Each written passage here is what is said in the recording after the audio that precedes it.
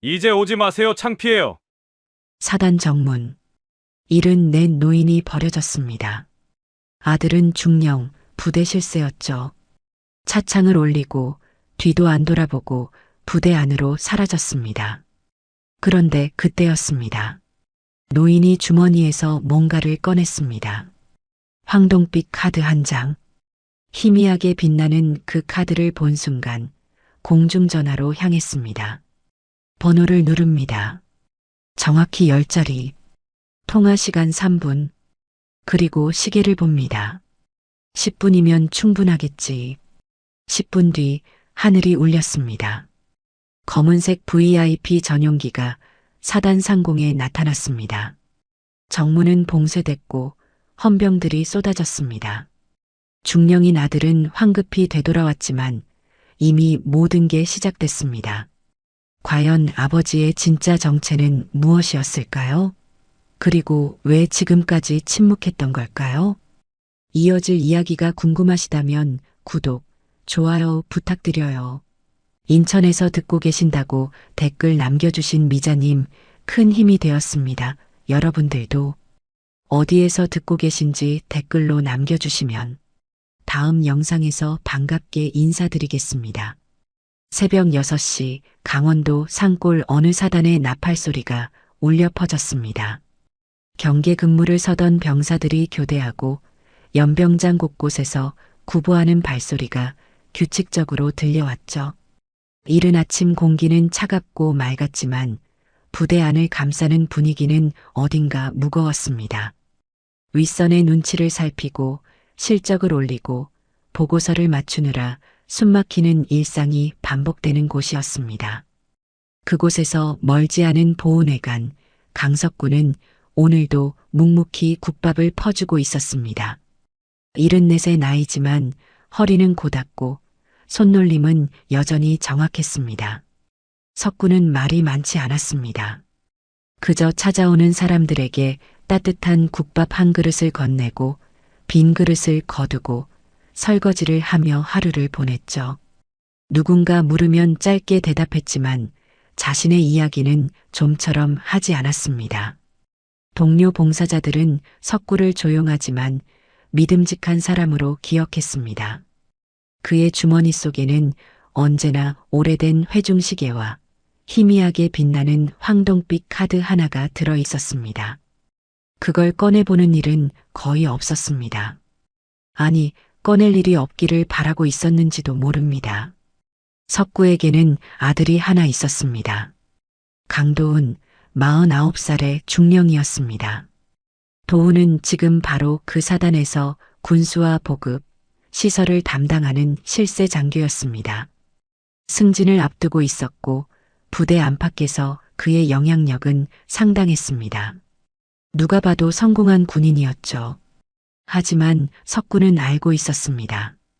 아들이 점점 변해가고 있다는 걸 말이죠. 처음엔 작은 것들이었습니다. 전화 통화가 짧아지고 만나는 횟수가 줄어들고 눈빛이 예전처럼 따뜻하지 않았습니다. 그러다 최근 몇 년 사이 도훈은 아예 석구를 멀리하기 시작했습니다. 부대 행사에도 초대하지 않았고 집에 찾아와도 불편한 기색이 역력했습니다. 석구는 속으로 생각했습니다. 아들이 바쁜 거겠지. 승진 앞두고 신경 쓸 일이 많을 거야. 언젠가는 다시 예전처럼 돌아올 거야. 그렇게 스스로를 달래며 마지막 기대를 놓지 않으려 했습니다. 도훈의 아내 김미연은 45이었습니다. 군인 아내로서 체면과 권력에 깊이 빠져 있었습니다.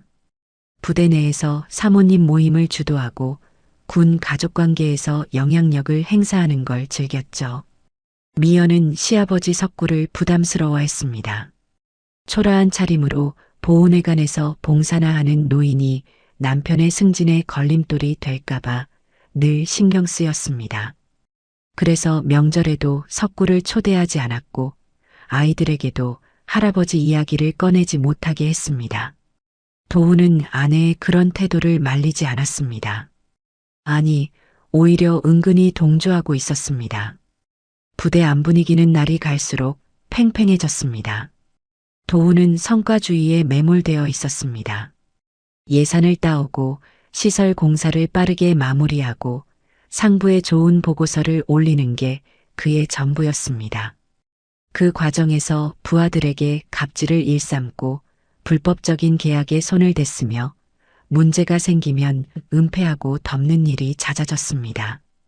병사들은 불만을 속으로 삼켰고 부하 장교들은 도운의 눈치를 봤습니다. 군무원 해리는 그 모든 걸 지켜보고 있었습니다. 34세 계약직 행정직원이었던 해리는 부대 내 비리와 갑질을 기록하고 있었습니다. 언젠가 이 모든 게 터질 거라는 걸 알았기 때문입니다. 석구는 오늘도 설거지를 마치고 회관 밖으로 나왔습니다. 손을 주머니에 넣었을 때 손끝에 차가운 금속이 닿았습니다. 황동카드였습니다. 석구는 잠시 그 카드를 만지작거렸습니다. 이 카드는 단순한 출입증이 아니었습니다. 상급기관 출입과 긴급감찰 호출을 가능하게 하는 실물 인증키였습니다. 과거 석구는 상급기관 감찰 라인에서 일했던 사람이었습니다. 하지만 그 시절은 이미 오래전 일이었고 석구는 그 모든 걸 내려놓고 조용히 살아왔습니다. 그런데 요즘 들어 이 카드를 다시 꺼내야 할 때가 오는 건 아닌가 하는 생각이 들었습니다. 아들이 너무 멀리 가고 있었습니다. 권력을 잘못 쥔 아들이 더 이상 멈출 줄 모르고 있었습니다. 석구는 하늘을 올려다봤습니다. 구름 한 점 없이 맑았습니다. 하지만 석구의 마음속엔 먹구름이 몰려오고 있었습니다. 언젠가 아들 앞에 서야 할 날이 올 것 같았습니다. 그때가 되면 석구는 아버지가 아니라 한 사람으로서 아들을 마주해야 할 것입니다. 그 생각이 무겁게 가슴을 짓눌렀습니다. 그날 오후 도운의 차가 보훈회관 앞에 멈춰 섰습니다. 석구는 설거지를 마치고 나오다가 아들의 차를 보고 잠시 멈칫했습니다. 도운이 먼저 찾아온 건 몇 달 만이었습니다. 석구는 앞치마를 벗고 조심스럽게 차에 올라탔습니다. 도운은 인사도 없이 시동을 걸었고 차는 곧바로 출발했습니다. 차 안은 무거운 침묵으로 가득했습니다. 석구는 창밖을 바라보다가 아들의 옆 얼굴을 슬쩍 쳐다봤습니다. 도운의 턱선은 팽팽하게 긴장해 있었고 손은 핸들을 꽉 쥐고 있었습니다. 뭔가 불안한 기운이 차 안을 채우고 있었습니다. 석구가 조심스럽게 입을 열었습니다. 도운아, 요즘 일이 많이 바쁜가 보구나. 도운은 한참을 침묵하다가 짧게 대답했습니다. 네, 바쁩니다. 몸은 괜찮고 얼굴이 많이 피곤해 보이는데 괜찮습니다. 대화는 거기서 끊겼습니다. 석구는 더 이상 묻지 않았습니다. 아들의 목소리에서 단단하게 닫힌 문 같은 게 느껴졌기 때문입니다. 차는 산길을 따라 올라갔습니다. 구불구불한 길을 지나자 익숙한 사단 정문이 저 멀리 보이기 시작했습니다. 석구는 의아했습니다. 부대에 무슨 일이 있나 싶었죠. 명절도 아닌데 아들이 자신을 부대로 데려가는 이유를 알 수 없었습니다. 하지만 도우는 아무 설명도 하지 않았습니다. 차가 정문 가까이 다가왔습니다. 헌병들이 멀리서부터 차를 알아보고 자세를 가다듬었습니다. 중령 차량이었으니까요. 차단기가 올라갔고 헌병들이 일제히 경례를 붙였습니다. 도우는 무표정하게 답례했습니다. 그런데 이상했습니다. 차는 부대 안으로 들어가지 않았습니다. 대신 천천히 정문 바로 앞 공터에 멈춰 섰습니다. 헌병들도 어리둥절한 표정으로 차를 바라봤습니다. 도우는 시동을 껐습니다. 그리고 천천히 석구를 돌아봤습니다. 그 눈빛은 차갑고 단호했습니다. 석구는 아들의 눈을 똑바로 바라봤습니다. 도훈이 입을 열었습니다. 아버지, 여기서 내리십시오. 석구는 잠시 말문이 막혔습니다. 이해할 수 없다는 표정으로 아들을 바라봤습니다. 여긴 부대 정문인데 무슨 일이냐? 안으로 안 들어가나? 내리시라니까요. 도훈의 목소리는 낮고 차가웠습니다. 석구는 아들의 얼굴을 찬찬히 살폈습니다. 그 얼굴에는 미안함도 망설임도 없었습니다. 그저 냉정함만 가득했습니다. 석구는 천천히 차 문을 열고 밖으로 나왔습니다. 겨울바람이 매섭게 얼굴을 스쳤습니다. 석구가 차 문을 닫자마자 도훈이 차창을 내렸습니다. 그리고 근처에 서 있던 헌병을 불렀습니다. 이병최? 예, 중령님. 젊은 헌병이 황급히 달려왔습니다. 저분은 외부 민원인이십니다. 부대 안으로 들어오시려고 해도 절대 들여보내지 마십시오. 출입 기록도 남기지 마십시오. 알겠습니까? 예, 알겠습니다. 헌병은 당황스러운 표정을 감추지 못했습니다. 하지만 명령이었기에 차렷 자세로 대답할 수밖에 없었습니다. 주변에 있던 다른 헌병들도 이 상황을 지켜보며 서로 눈빛을 교환했습니다. 뭔가 이상하다는 걸 다들 느끼고 있었습니다. 석구는 그 말을 듣고도 표정을 크게 바꾸지 않았습니다. 다만 조용히 아들을 바라볼 뿐이었습니다. 도훈은 석구를 똑바로 보지 못하고 고개를 돌렸습니다. 핸들을 잡은 손에 힘이 들어갔습니다. 그리고 마지막 말을 던졌습니다. 아버지, 이제 여기 오지 마세요. 부대 근처에 얼씬도 하지 마세요. 석구는 여전히 침착한 표정으로 물었습니다. 도훈아, 아버지가 내게 그렇게 부끄러운 존재냐? 도훈은 대답하지 않았습니다. 대신 차창을 올리기 시작했습니다. 석구의 얼굴이 점점 가려졌습니다. 차창이 완전히 닫히자 도훈은 천천히 차를 몰아 부대 안으로 들어갔습니다. 정문 차단기가 올라갔고 차는 그대로 사라졌습니다. 배기가스 연기만 허공에 남았습니다. 석구는 정문 앞에 홀로 서 있었습니다. 주변의 헌병들이 석구를 힐끔힐끔 쳐다봤습니다. 누군가는 동정 어린 눈빛을, 누군가는 난처한 표정을 지었습니다. 하지만 아무도 석구에게 다가오지 않았습니다. 중령의 지시였기 때문입니다. 그저 멀찍이 서서 지켜볼 뿐이었습니다. 석구는 깊게 숨을 들이쉬었습니다. 찬 공기가 폐를 채웠습니다. 그리고 천천히 주머니에 손을 넣었습니다. 손끝에 차가운 금속이 닿았습니다. 황동카드였습니다. 석구는 그 카드를 꺼내 손바닥 위에 올려놓았습니다. 희미한 황동빛이 햇살에 반짝였습니다. 카드 표면에는 작은 글씨로 번호와 코드가 새겨져 있었습니다. 상급기관 출입과 긴급 감찰 호출을 가능하게 하는 실물 인증키였습니다. 석구는 그 카드를 한참 동안 바라봤습니다. 그의 눈빛은 흔들리지 않았습니다. 분노도 슬픔도 아니었습니다. 단호한 결심이었습니다. 석구는 속으로 생각했습니다. 내가 지켜야 할 건 아들이 아니라 사람이다. 저 부대 안에서 울고 있는 병사들, 억울하게 덮인 사건들, 그리고 권력을 잘못 쥔 아들. 이제 더 이상 기다릴 수 없다. 석구는 다른 손으로 회중시계를 꺼냈습니다. 시계바늘을 확인했습니다. 오후 2시 30분이었습니다. 석구는 조용히 중얼거렸습니다. 10분이면 충분하겠지. 석구는 천천히 걸어서 정문 옆 공중전화 부스로 향했습니다. 황동카드를 손에 쥔 채로 말이죠. 헌병들은 여전히 석구를 쳐다봤지만 아무도 막지 않았습니다. 석구는 전화기를 들었습니다. 그리고 황동카드에 적힌 번호를 천천히 정확하게 눌렀습니다. 전화기에서 신호음이 울렸습니다. 1번, 2번, 3번. 석구는 침착하게 기다렸습니다. 4번째 신호음이 끝나갈 무렵 전화가 연결됐습니다. 긴급감찰 직통라인입니다. 인증키를 말씀해 주십시오. 목소리는 차갑고 공식적이었습니다.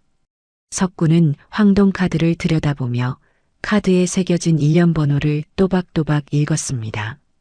H7392M184. 잠시 침묵이 흘렀습니다. 상대방이 뭔가를 확인하는 소리가 들렸습니다. 키보드 두드리는 소리, 서류 넘기는 소리, 그리고 목소리 톤이 확 달라졌습니다. 인증 완료되었습니다. 강석구님, 어떤 사안으로 연락하셨습니까? 020 사단 긴급 감찰을 요청합니다. 군수보급시설 계약 전반에 대한 즉시 점검이 필요합니다. 구체적인 사유를 말씀해 주십시오. 불법 계약, 예산 유용, 군납비리, 그리고 내부 고발 은폐, 증거 인멸 가능성이 있으니 즉각 출동 바랍니다. 전화 너머에서 잠깐 정적이 흘렀습니다. 하지만 상대방은 당황하지 않았습니다. 이런 호출이 처음이 아니었으니까요. 알겠습니다. 10분 내로 현장에 도착하겠습니다. 현재 위치를 말씀해 주십시오. 020 사단 정문 앞입니다. 확인했습니다. 잠시만 대기해 주십시오. 전화가 끊겼습니다. 석구는 천천히 수화기를 내려놓았습니다. 그리고 회중시계를 다시 꺼내 들었습니다. 오후 2시 32분이었습니다. 석구는 조용히 중얼거렸습니다. 10분. 그때 석구의 낡은 휴대전화가 울렸습니다. 발신자는 모르는 번호였습니다. 석구는 전화를 받았습니다. 강석구입니다. 강 선생님, 저는 군본부 계약심사실 한진혁입니다. 지금 긴급한 상황이 발생했습니다. 무슨 일입니까? 오늘 오후 3시까지 020 사단에서 올라온 예산 승인 건이 있습니다. 그런데 이 건은 상급 승인 라인의 실물키 인증이 반드시 필요한 안건입니다. 문제는 해당 실물키의 소지자가 강 선생님이시라는 겁니다. 석구는 잠시 침묵했습니다. 그리고 조용히 물었습니다. 그 예산 승인건 담당자가 누굽니까? 020 사단 중령 강도훈입니다. 석구는 알고 있었습니다. 아들이 빼돌린 예산과 리베이트가 얽힌 승인 라인이 바로 이것이라는 걸 말이죠. 실물키 없이는 승인이 나지 않는 구조였습니다. 그리고 그 실물키는 지금 석구의 주머니 속에 있었습니다. 실물키 인증 없이는 승인이 불가능하다는 말씀이십니까? 그렇습니다. 규정상 반드시 필요합니다. 알겠습니다. 저는 지금 020 사단 정문 앞에 있습니다. 곧 감찰팀이 도착할 겁니다. 전화가 끊어졌습니다. 석구는 전화기를 주머니에 넣었습니다. 그리고 다시 시계를 확인했습니다. 오후 2시 35분. 이제 7분 남았습니다. 그 시각 부대 안중령실. 도훈의 전화가 울렸습니다. 도훈은 짜증스럽게 전화를 받았습니다. 중령 강도훈입니다. 중령님, 군본부 계약심사실입니다. 오늘 오후 3시 마감인 예산 승인건 관련해서 연락드립니다.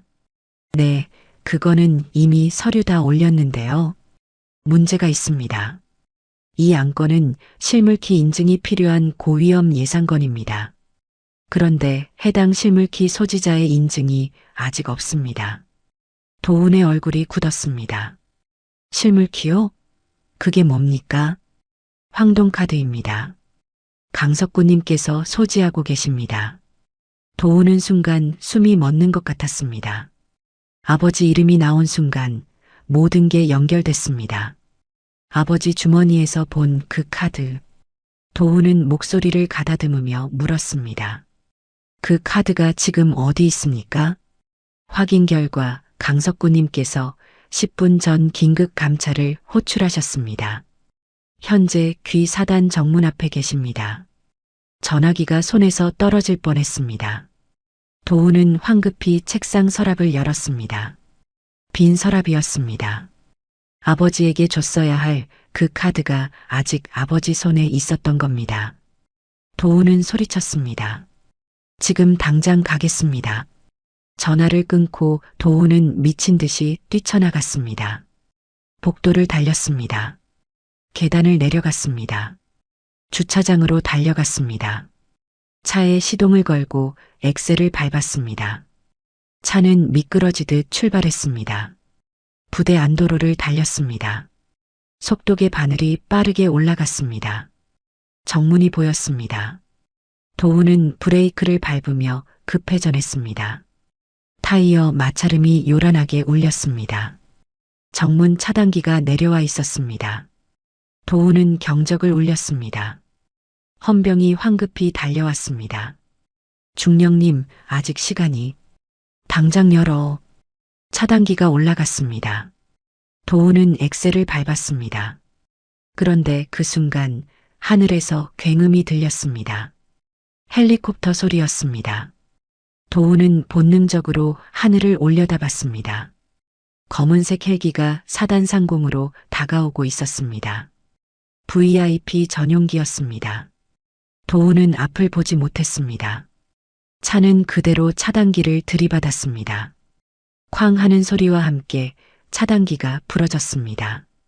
차는 정문 밖으로 튀어나갔다가 급브레이크로 멈춰 섰습니다. 도우는 숨을 헐떡이며 창밖을 봤습니다.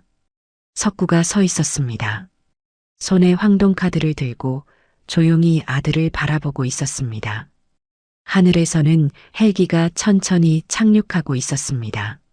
사단 곳곳에서 사이렌이 울렸습니다. 헌병들이 쏟아져 나왔습니다. 도우는 그제야 깨달았습니다. 끝났다는 걸.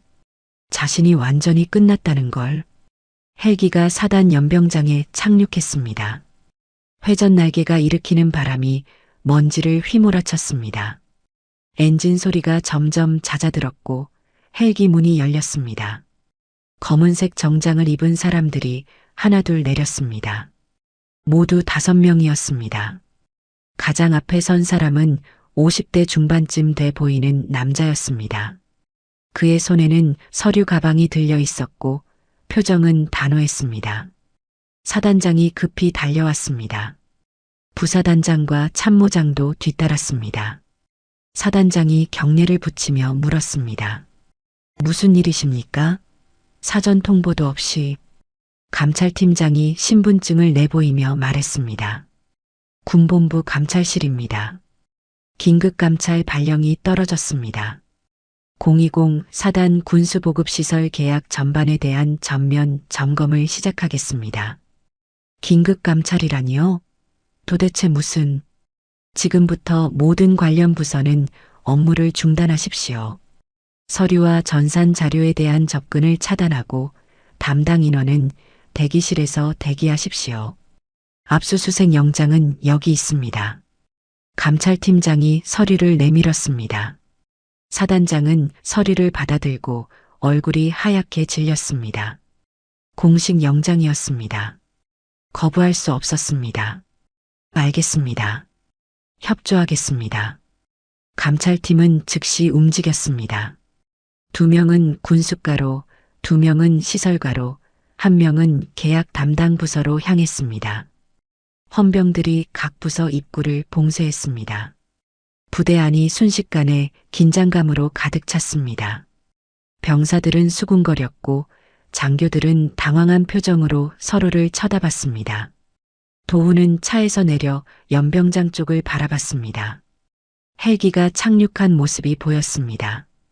감찰팀이 움직이는 게 보였습니다. 도우는 주먹을 꽉 쥐었습니다. 손이 떨렸습니다. 하지만 곧 표정을 가다듬었습니다. 아직 끝난 게 아니었습니다. 도우는 자신이 규정대로 일했다고 스스로를 다독였습니다. 증거가 없으면 아무것도 할 수 없을 거라고 생각했습니다. 도우는 천천히 중령실로 돌아갔습니다. 복도를 걸으며 부하 장교 1명을 불렀습니다. 대위박. 예, 중령님. 지금 당장 군수가 가서 서류 정리해. 빠진 거 없게 깔끔하게. 알겠나? 예, 알겠습니다. 도우는 사무실로 들어가 책상 앞에 앉았습니다. 심호흡을 했습니다. 진정하려고 애썼습니다. 그때 전화벨이 울렸습니다. 아내 미현이었습니다. 여보, 지금 부대에 무슨 일 있어요? 사모님들 단톡방이 난리예요. 감찰이 들어왔어. 감찰이요? 왜요? 당신이 뭘 잘못했어요? 아무것도 안 했어. 아버지가 신고를 한 거야. 전화 너머로 미연이 숨을 들이키는 소리가 들렸습니다. 시아버님이요? 왜요? 미쳤어요? 지금 그게 중요한 게 아니야. 당신이 할 일이 있어. 뭔데요? 사모님들한테 말 좀 돌려. 이번 일이 치매 걸린 노인의 망상 때문이라고. 부대가 억울하게 휘말렸다고. 민원 프레임으로 가야 해. 미연은 잠시 침묵하다가 대답했습니다. 알았어요. 제가 알아서 할게요. 전화가 끊어졌습니다. 도우는 의자에 기대 앉았습니다. 아직 방법은 있었습니다. 증거만 없으면 됐습니다. 서류만 깔끔하게 정리하면 됐습니다. 그런데 그때 사무실 문이 열렸습니다. 감찰팀원 2명이 들어왔습니다. 중령 강도훈입니까? 그렇습니다. 지금부터 조사를 시작하겠습니다. 협조 바랍니다. 물론입니다. 저는 규정대로 일했습니다. 떳떳합니다. 감찰팀원이 노트북을 꺼내 책상 위에 놓았습니다. 그리고 파일을 하나 열었습니다. 화면에는 엑셀표와 문서 스캔본이 가득했습니다. 도우는 그 화면을 보고 얼굴이 굳었습니다. 자신이 작성했던 내부 보고서였습니다. 외부로 나간 적 없는 문서였습니다. 이 자료들 어떻게 내부 제보자가 있습니다. 이미 몇 달 전부터 자료를 받아왔습니다. 도훈의 머릿속이 하얗게 변했습니다. 내부 제보자. 그 말은 자신의 부하 중 누군가가 배신했다는 뜻이었습니다. 도훈은 목소리를 가다듬으며 물었습니다. 누굽니까? 제보자가 누구죠? 지금은 말씀드릴 수 없습니다. 조사가 끝나면 알게 될 겁니다. 감찰팀원이 파일을 하나씩 넘기기 시작했습니다. 계약서, 납품 단가표, 시설 공사 견적서, 피복 구매 내역서, 하나하나 도훈이 손댄 문서들이었습니다. 그리고 그중 일부는 조작된 것들이었습니다. 실제 금액보다 부풀려진 견적서, 허위로 작성된 계약서, 존재하지 않는 업체와의 거래 내역. 이 문서들에 대해 설명해 주시겠습니까? 도훈은 침을 삼켰습니다. 변명을 생각해냈습니다. 이건 실수입니다. 행정착오로. 착오가 6건이나 됩니까? 그것도 모두 금액이 부풀려진 방향으로요? 도훈은 말문이 막혔습니다. 감찰팀원이 다른 파일을 열었습니다. 이번엔 녹취록이었습니다.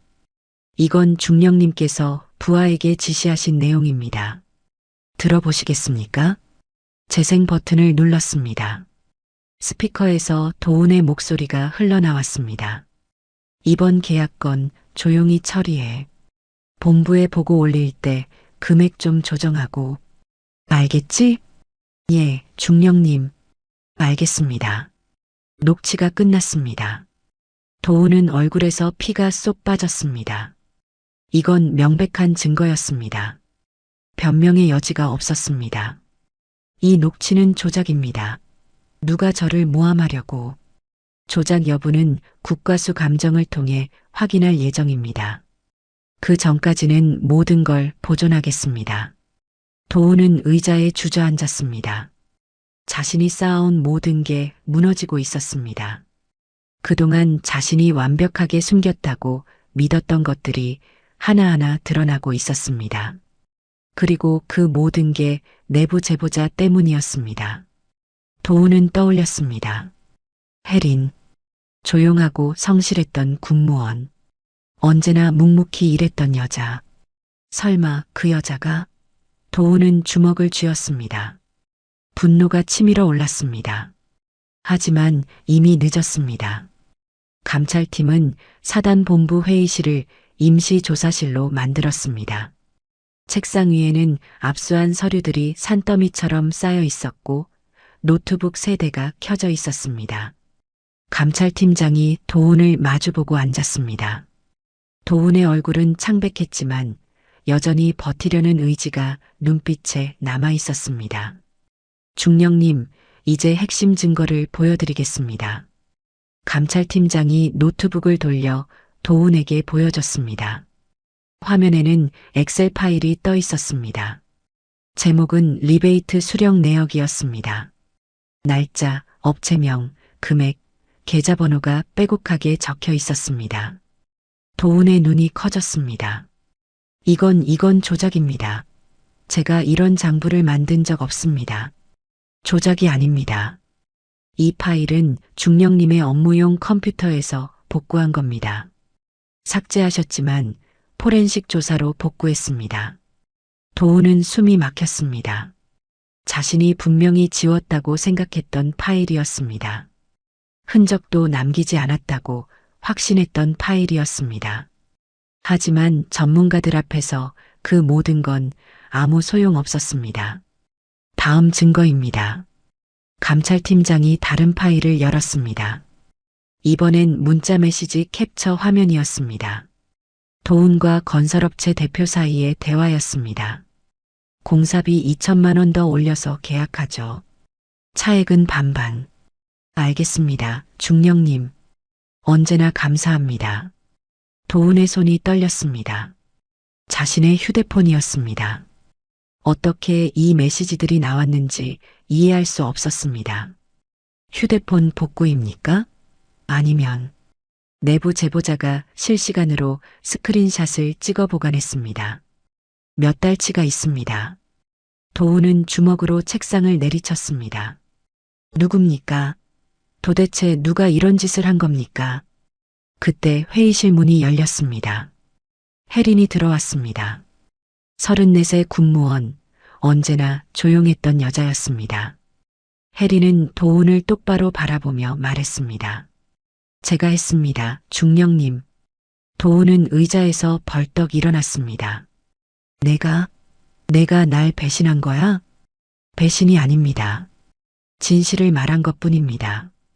혜린의 목소리는 떨리지 않았습니다. 오히려 단호했습니다. 중령님은 3년 전 제 동생이 군 복무 중 당한 사고를 은폐하셨습니다. 시설 공사 중 안전수칙 위반으로 동생이 다쳤는데 중령님은 계약업체를 보호하려고 사고 자체를 없던 일로 만들었습니다. 동생은 지금도 후유증에 시달리고 있습니다. 도훈은 할 말을 잃었습니다. 기억났습니다. 3년 전 그 사건.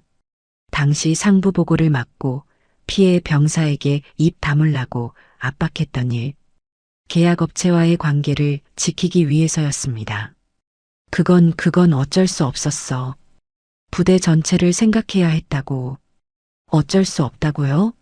제 동생 인생이 망가졌는데 어쩔 수 없다고요? 혜린의 목소리가 높아졌습니다. 감정이 터져 나왔습니다. 저는 그날부터 증거를 모으기 시작했습니다. 중령님이 저지른 모든 일을요. 계약 비리, 갑질, 은폐 다 기록했습니다. 도훈은 뒤로 휘청거렸습니다. 모든 게 무너지고 있었습니다. 그때 회의실 밖에서 소란이 들렸습니다. 미연의 목소리였습니다.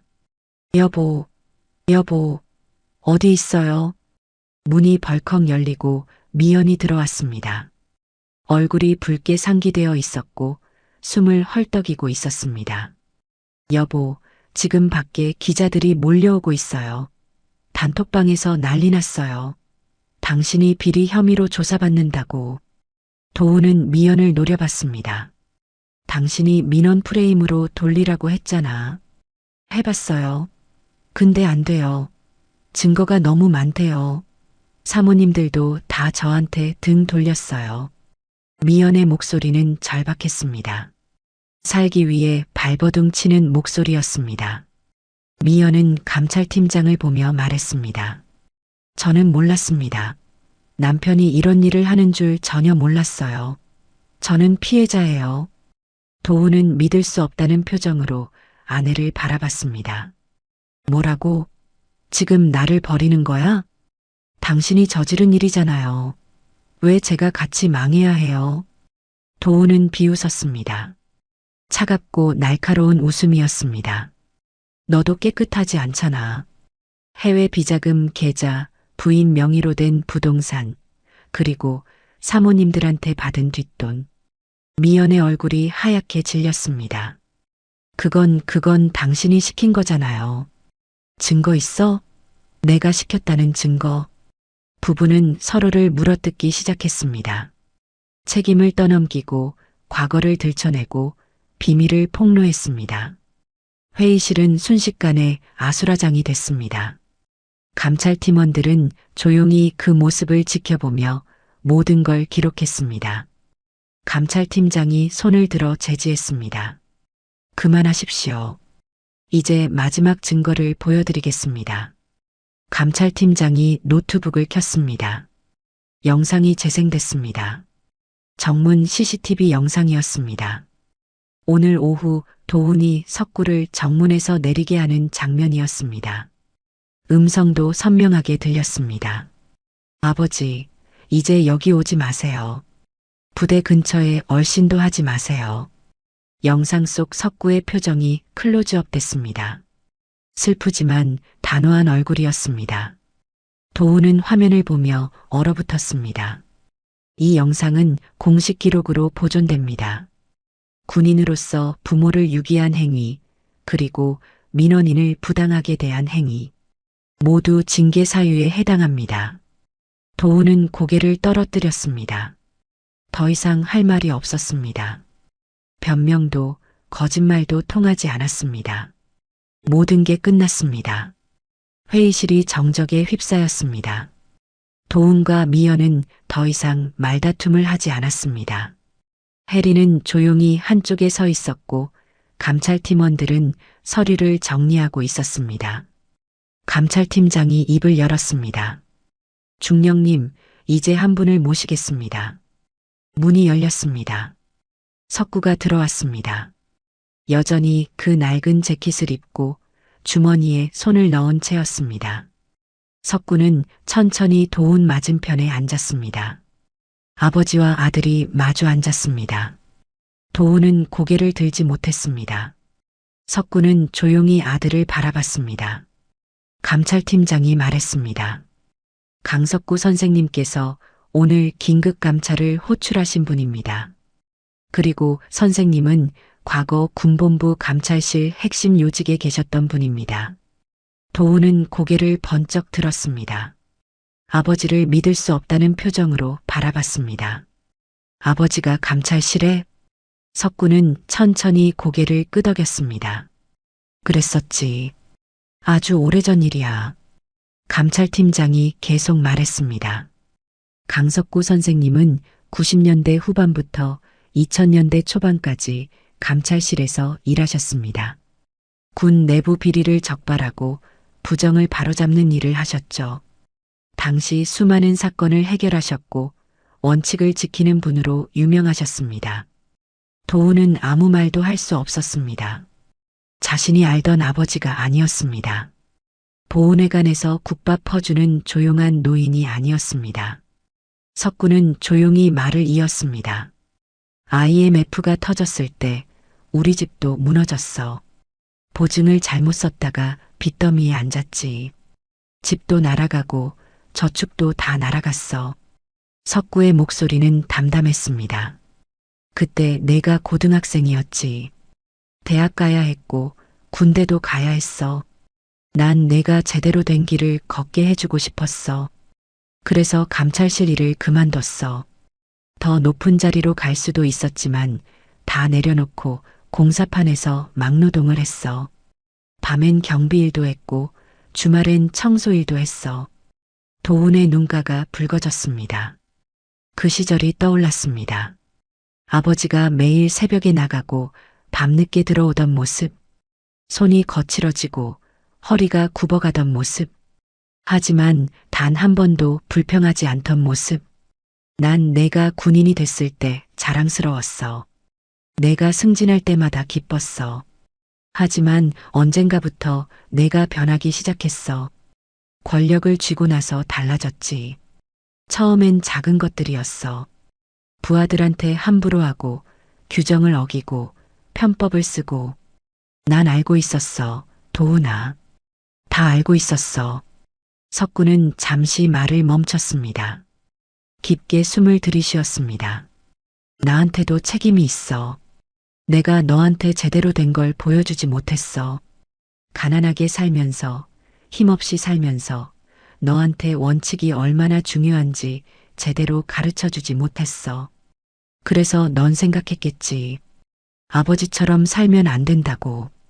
권력을 쥐고 돈을 벌고 높은 자리에 올라가야 한다고. 도훈은 눈물을 참으려 했지만 이미 눈가가 젖어 있었습니다.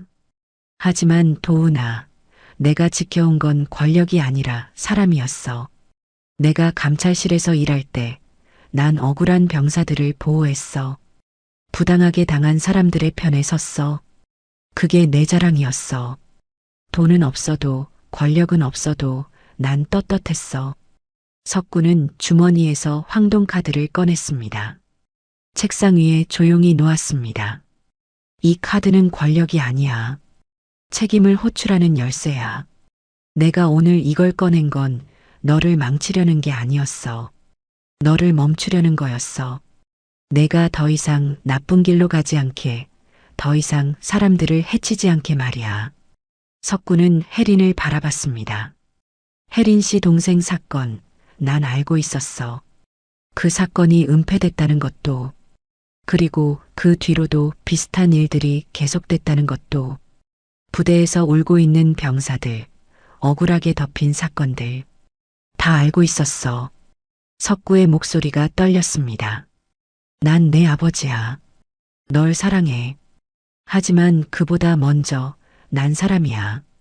잘못된 걸 보고 그냥 지나칠 수 없어. 내가 내 아들이라고 해서 내가 저지른 잘못을 덮을 순 없어. 도훈은 고개를 떨어뜨렸습니다. 눈물이 뚝뚝 떨어졌습니다. 처음으로 깨달았습니다. 자신이 지켜야 할 건 실적이 아니었다는 걸, 승진이 아니었다는 걸, 권력이 아니었다는 걸, 사람이었다는 걸. 석구는 감찰팀장을 보며 말했습니다. 저는 피해자 지원을 위한 재단을 설립하려고 준비하고 있습니다. 군 복무 중 억울하게 다치거나 피해를 본 병사들, 노인들, 그리고 그 가족들을 돕는 재단이요. 이 황동카드는 그 출발점이었습니다. 제가 가진 마지막 명예를 걸고 잘못된 걸 바로잡으려는 거였습니다. 감찰팀장이 고개를 숙였습니다. 존경합니다, 선생님. 석구는 다시 도훈을 바라봤습니다. 도훈아, 이제부터가 진짜 시작이야. 내가 저지른 잘못을 인정하고 책임지고 다시 시작해야 해. 그게 진짜 군인이고 진짜 사람이야. 도훈은 고개를 들었습니다. 눈물 범벅인 얼굴로 아버지를 바라봤습니다. 죄송합니다, 아버지. 석구는 아무 말도 하지 않았습니다. 다만 조용히 고개를 끄덕였을 뿐입니다. 사흘 뒤 사단 대강당이 사람들로 가득 찼습니다. 감찰 결과 발표를 위한 공식 브리핑 자리였습니다. 군본부에서 내려온 인사들, 사단 간부들, 그리고 언론까지 모였습니다. 카메라 플래시가 터졌고 기자들은 자리를 잡느라 분주했습니다. 도훈은 가장 앞줄에 앉아 있었습니다. 군복을 단정하게 입었지만 얼굴은 초췌했습니다. 3일 동안 조사를 받으며 잠도 제대로 자지 못했습니다.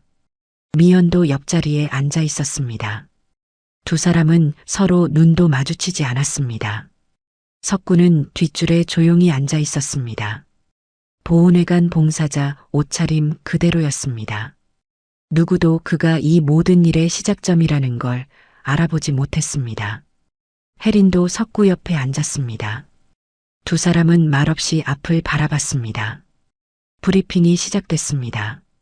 감찰팀장이 단상에 올라 마이크를 잡았습니다. 지난 3일간의 감찰 결과를 발표하겠습니다. 020 사단 군수보급시설 부문에서 총 12건의 비리가 적발됐습니다. 강당이 술렁였습니다.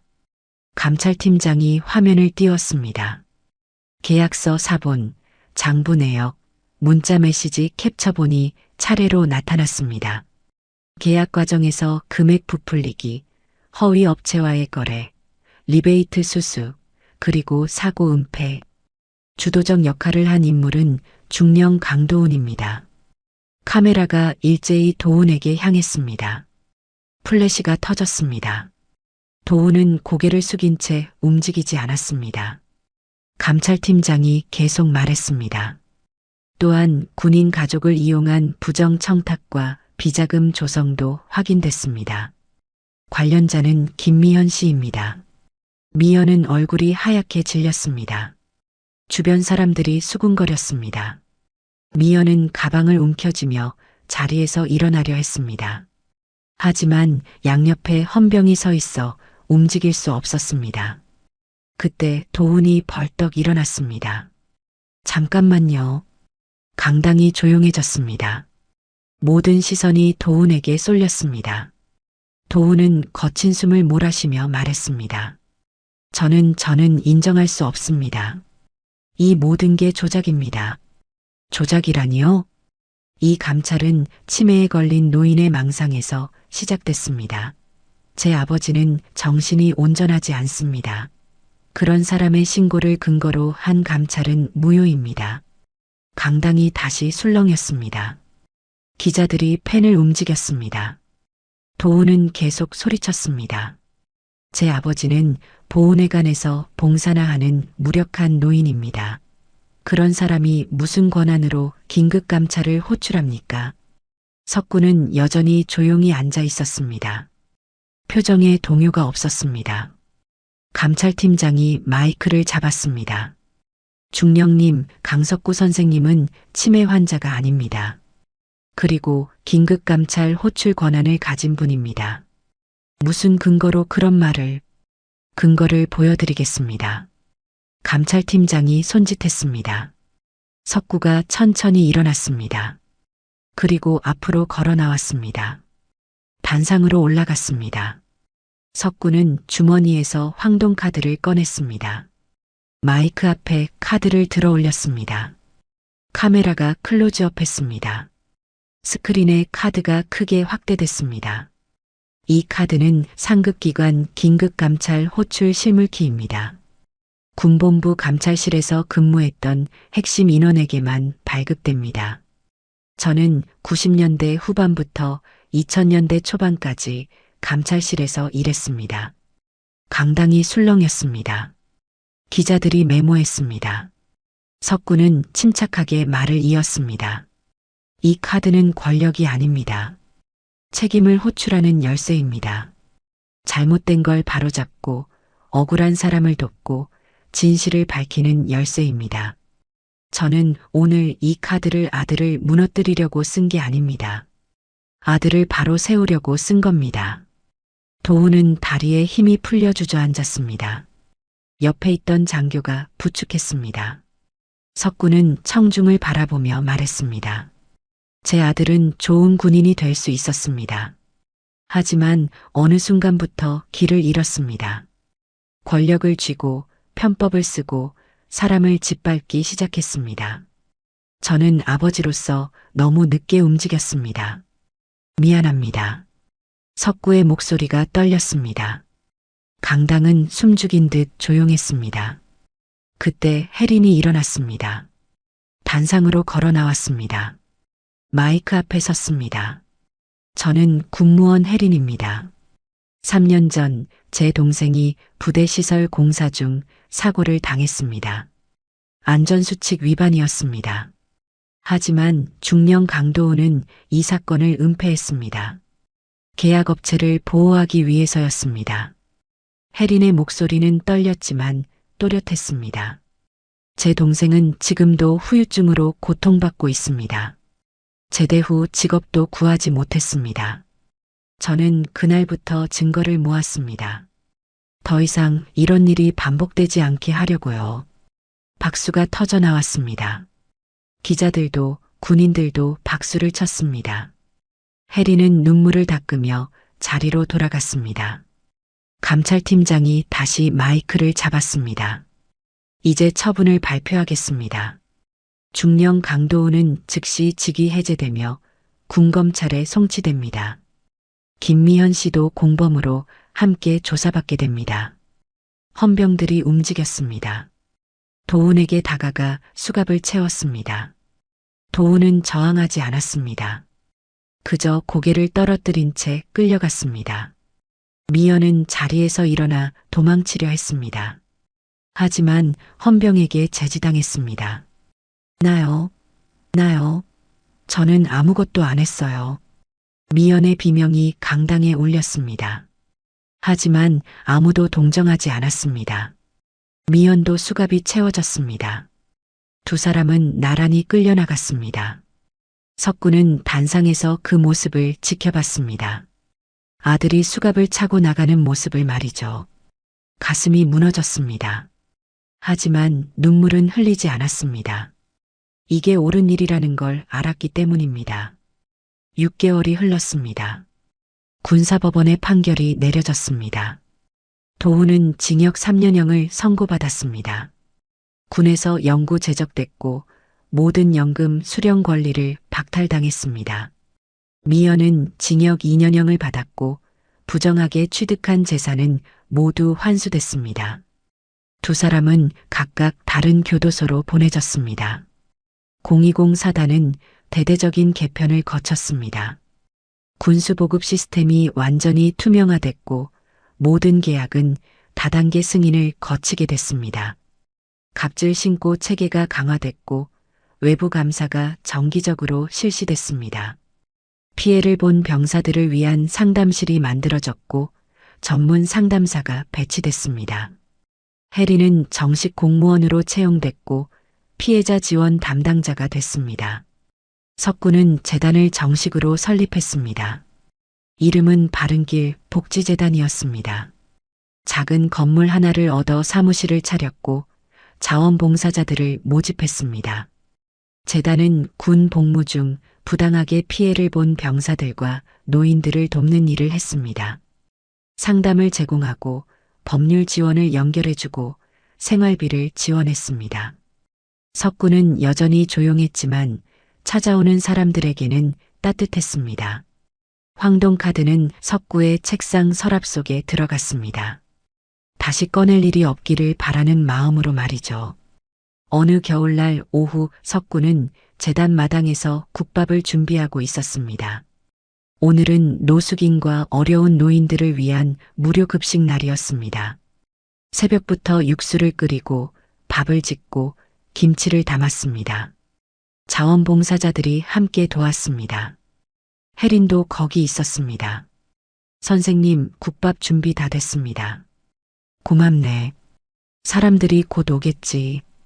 오후 5시 사람들이 줄을 서기 시작했습니다.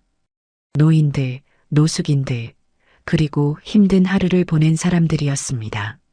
석구는 한 그릇씩 정성껏 퍼주었습니다. 드세요. 뜨거우니까 천천히 드세요. 고맙습니다, 선생님. 그때 줄 끝에 낯익은 얼굴이 보였습니다. 도훈이었습니다. 교도소 작업복을 입고 머리를 짧게 깎은 모습이었습니다. 외출 허가를 받아 나온 것 같았습니다. 도훈은 조심스럽게 다가왔습니다. 석구는 아들을 보고도 표정을 크게 바꾸지 않았습니다. 왔구나. 내 아버지. 줄 서. 차례대로 받아야지. 도훈은 순순히 줄 맨 끝에 섰습니다. 다른 사람들이 먼저 국밥을 받아갔습니다. 도훈은 묵묵히 기다렸습니다. 마침내 도훈의 차례가 됐습니다. 석구는 국밥을 한 그릇 가득 퍼서 건넸습니다. 앉아서 먹어라. 예.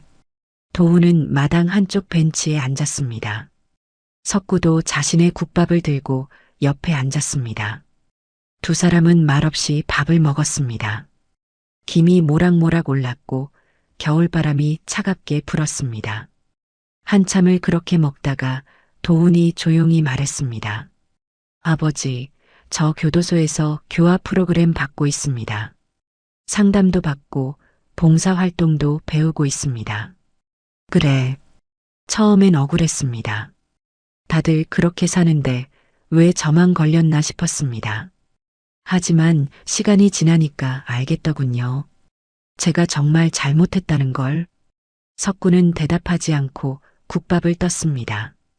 도훈이 계속 말했습니다. 교도소에서 만난 사람들 중에 군대에서 억울하게 다친 사람이 있었습니다. 제가 덮었던 사건들처럼요. 그 사람 이야기를 들으니까 제 잘못이 얼마나 큰지 느껴졌습니다.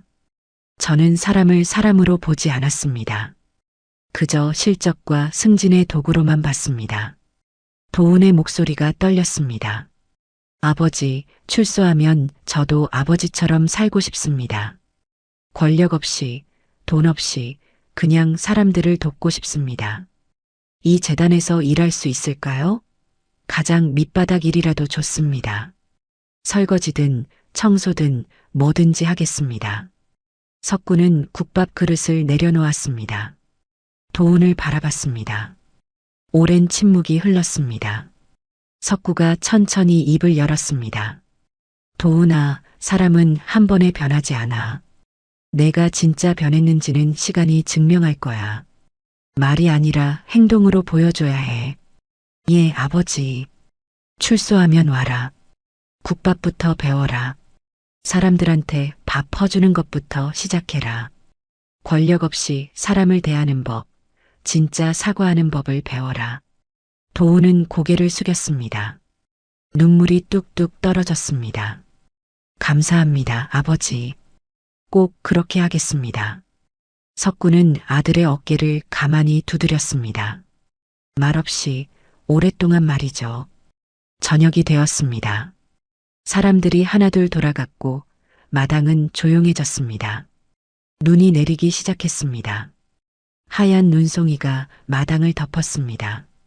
석구는 빈 국밥 그릇들을 정리하며 생각했습니다. 아들이 진짜 변할 수 있을까? 석구는 확신할 수 없었습니다. 하지만 기회는 줘야 한다고 생각했습니다. 사람은 누구나 다시 시작할 자격이 있으니까요.